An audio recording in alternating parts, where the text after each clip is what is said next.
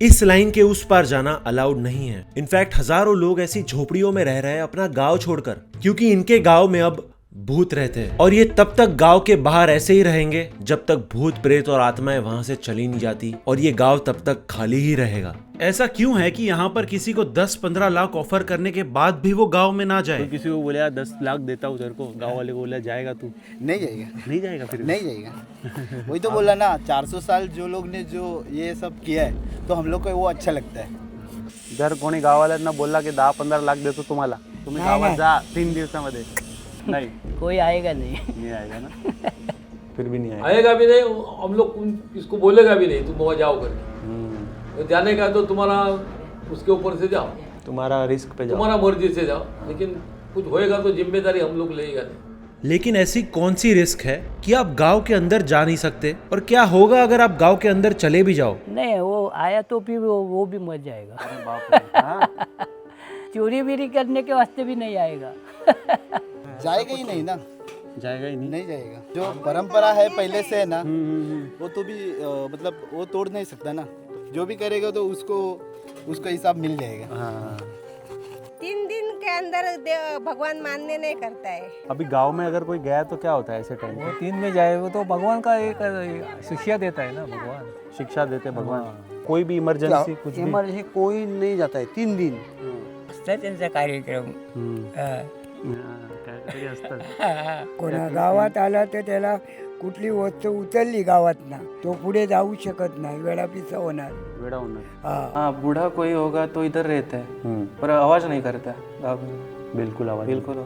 लेकिन ऐसा तो हो ही नहीं सकता कि कोई कभी अंदर गया ही ना हो। और क्या हुआ उनके साथ जो इन 3 दिनों के अंदर गांव में गए?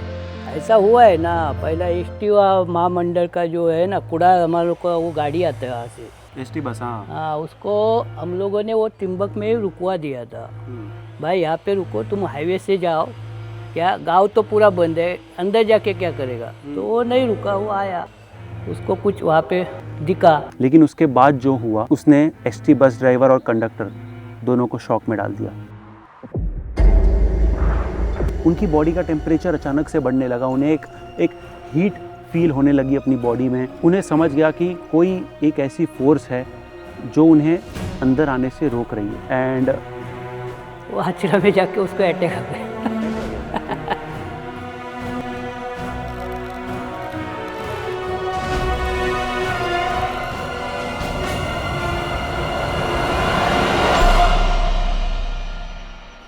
ते भंगारवाले असतात ना, ते आले होते.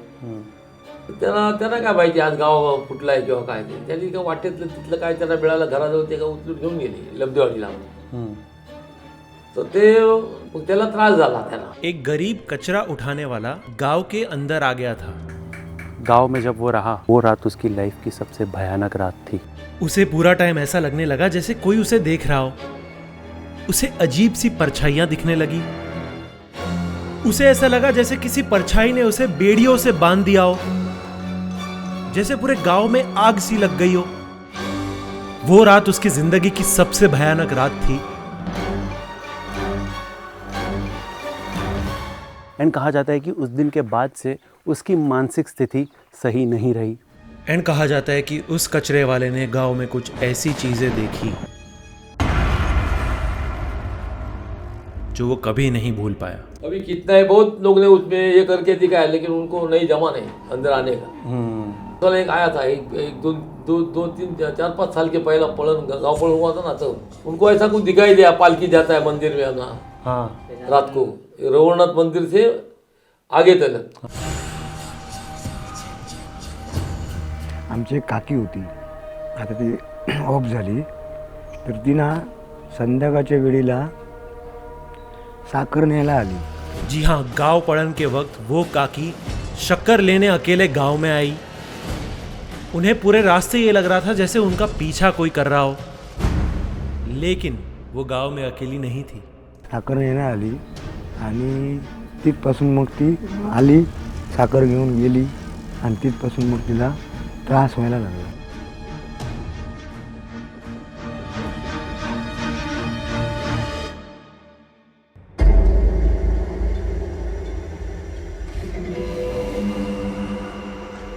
ती आसुरी शक्ती असते ना त्याच्याने तिची भेट झाली आणि मग त्याचं एकदा ते हे झालं ना तर मग ते जात नाही. पण असे ते जवळजवळ तिने 15-20 वर्ष काढली आणि आम्हाला सांगायची तो बघा कोणतरी मला दिसतो आहे, अरे बापरे, मला न्यायला आला आहे, मला सांगतो तुला घेऊन जाणार वगैरे. उस दिन के बाद से मरते दम तक वो सबको बोलती थी कि मुझे कोई दिख रहा है.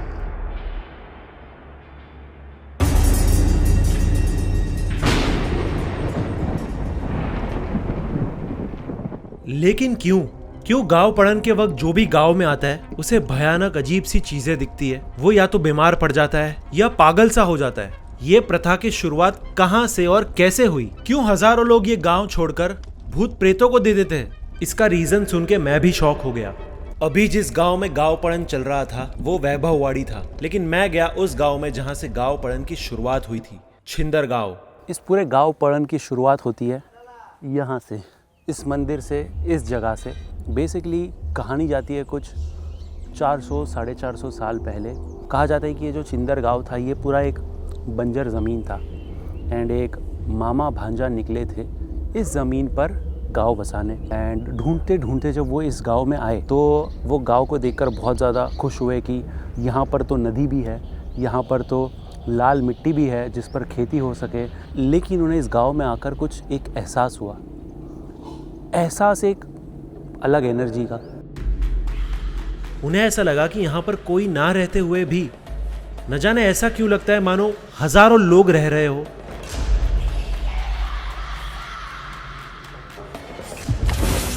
जंगल से अजीब सी आवाजें आना, मानो कोई उन्हें कह रहा हो कि यहाँ से निकल जाओ. एंड जैसे ही उन्होंने अपनी लेफ़्ट की तरफ देखा उन्हें धुआं उठता हुआ दिखा. एंड धुआं जब उन्हें उठता हुआ दिखा वो डर के मारे उस तरफ गए. उनके हाथ में भाला था. वो भी बहुत ही सिद्ध पुरुष थे, दोनों मामा भांजा.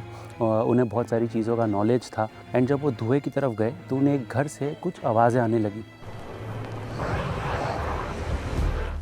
मामा ने हिम्मत जुटाकर अंदर जाने का फैसला लिया.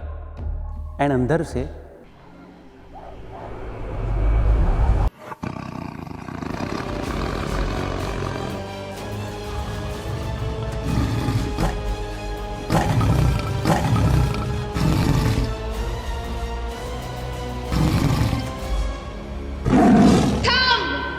एक आवाज आई अंदर से.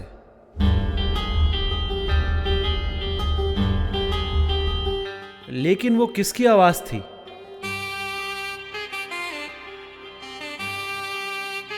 मामा भांजा दोनों ये देखकर शॉक हो गए थे कि ये कौन है जिनकी एक आवाज पर बाघ रुक गया. जो बूढ़ी औरत थी वो कोई और नहीं बल्कि पावनाई माता थी.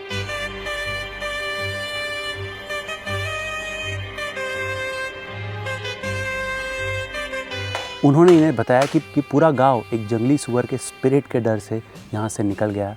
एक टाइप से वो एक ईविल स्पिरिट थी जो फसलें खाती थी, जो लोगों को मारती थी. मामा भांजा ने उनसे रिक्वेस्ट की कि हमें यहाँ पर गांव बसाना है. अगर हम वो जंगली सुअर को मार दें तो क्या हम यहाँ पर गांव बसा सकते हैं? और उनका आशीर्वाद लेकर मामा भांजा चले गए उस सुअर को मारने. एंड उन्होंने उस सुअर को ढूंढ के उसे मारा. एंड उसी को सिंबलाइज करती हुई ये मूर्ति इस मंदिर में है. बट उन्हें एक चीज़ नहीं पता थी कि इस पूरे इलाके में भूत प्रेतों का वास था. एंड जंगली सुअर को मार के एक टाइप से उन भूत प्रेतों का जो लीडर था उसे उन्होंने मार दिया था. एंड इस चीज़ से भूत प्रेत बहुत ज़्यादा नाराज़ हुए थे. पूरे इलाके में बहुत सारी आवाज़ें, चिल्लाने की आवाज़ें, स्क्रीम्स आने लगी. ऐसी आवाज़ें जो सुनकर किसी भी इंसान की रूह कांप जाए.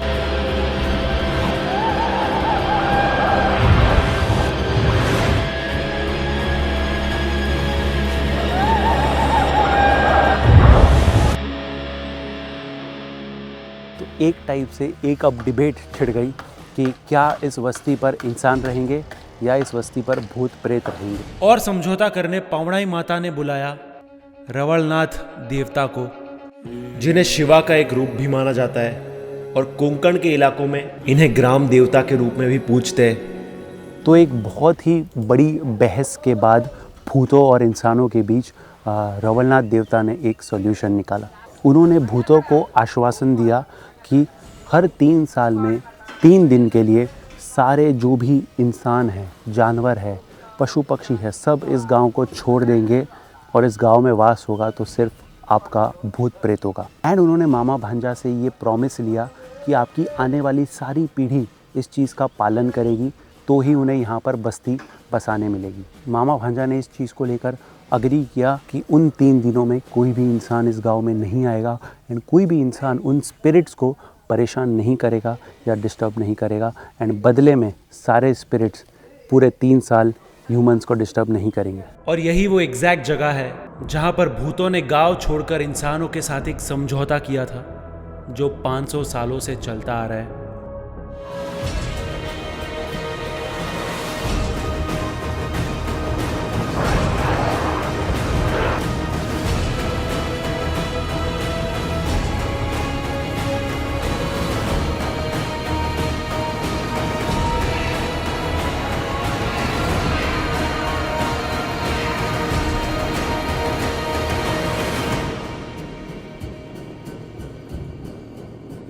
लेकिन सोचने वाली बात यह है कि 3 साल बाद एग्जैक्ट कौन सी डेट पे गांव पड़न करना है ये कैसे पता चलता है। 3 दिन के एंड में भी गांव वाले डायरेक्टली गांव के अंदर नहीं जा सकते। पहले उन्हें भगवान देव की परमिशन लेनी पड़ती है एंड परमिशन मिलने के बाद दे कैन री एंटर द विलेज। एक टाइप से देव जब स्पिरिट्स को आज्ञा देते हैं कि अब इस गांव से निकल जाओ, गांव वालों के वापस आने का टाइम आ गया है, देन एंड ओनली गांव वाले गांव में रिटर्न जा सकते हैं। ती शक्ती असते ना, एक असुरी शक्ती असते ना, ती ओपनच केलेली असते ना,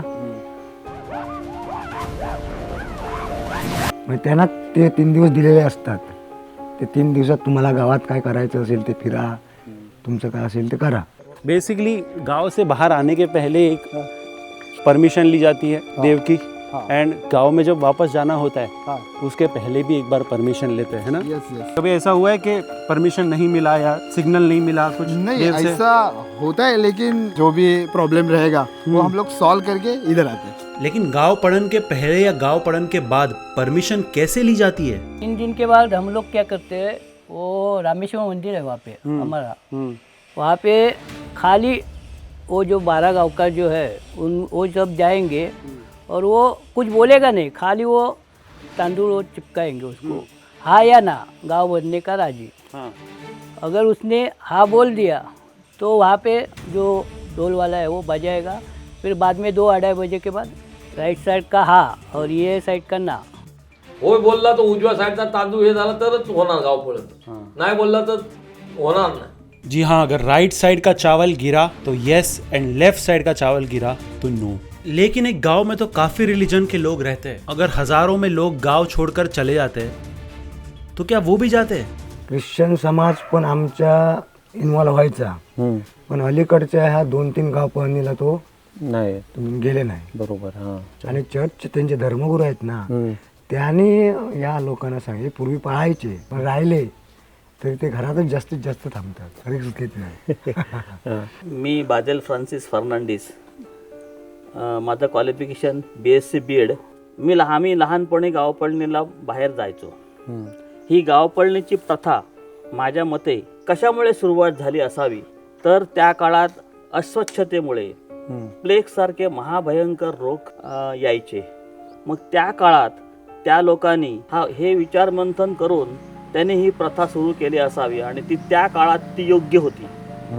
या 3 दिवसानंतर ते परत गावात यायचं, त्यामुळे हवा शुद्ध व्हायची आणि रोगराई कमी होण्यास मदत व्हायची। आम्ही ख्रिश्चन समाजाचा, आमचा बराचसा समाज हा जात नाही, कोण ठराविक ज्यांना कोणाला आवड आहे पिकनिक टाईप करण्यासाठी ते जातात, पण आमचा ह्या प्रथेला तसा विरोध नाही।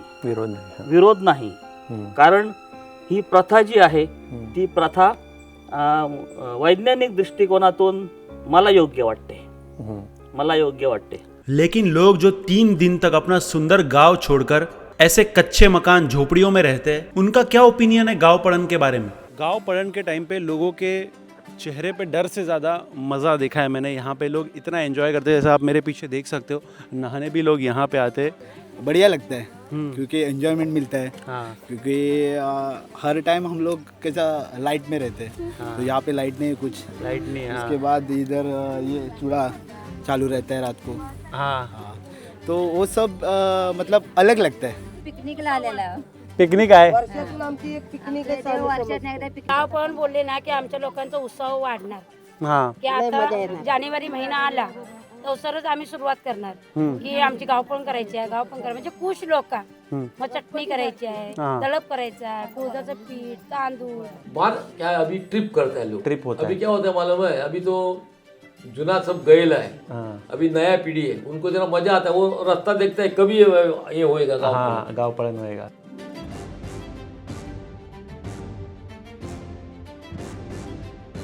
मजा करता है बाहर रहता है जंगल में जाके। हाँ ट्रिप टाईप ट्रिप टाईप मजा असते. 3 दिवस अगदी कुठलं टेन्शन नाही. अगदी माळरानावर झोपडपट्ट्या बांधून राहतो आम्ही. मजा येते. हां तिकडे मग काय पार्ट्या, गाण्याची हे सांस्कृतिक कार्यक्रम, गाणी वगैरे. आज हम लोग बोल रहे हैं, आज हम कल है क्या नहीं पता नहीं, आगे का भी क्या होएगा वो भगवान जाने। लेकिन जो कुछ ये लाए वो करना पड़ेगा। पूर्वजों ने जो वचन दिया है हाँ पूरा करना, वचन दिया वो वचन के मुताबिक से सब आपको करना पड़ेगा। क्या आपको पता भी था कि गांव पड़न जैसी प्रथा हमारे देश में है? गांव पड़न का मतलब होता है गांव से भागना, जहां हजारों लोग अपना घर, अपना सुंदर गांव छोड़कर बाहर ऐसी झोपड़ियों में रहते हैं ताकि अंदर भूत प्रेत रह सके।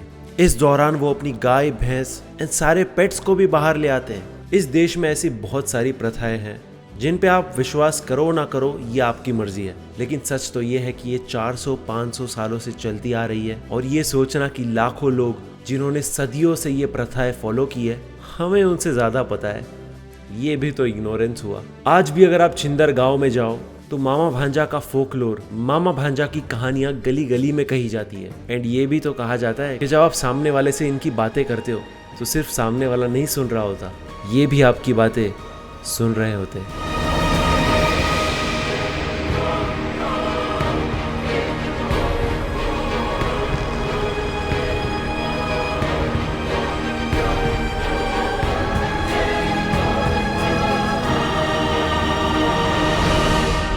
एंड सिर्फ ये नहीं सुन रहे होते,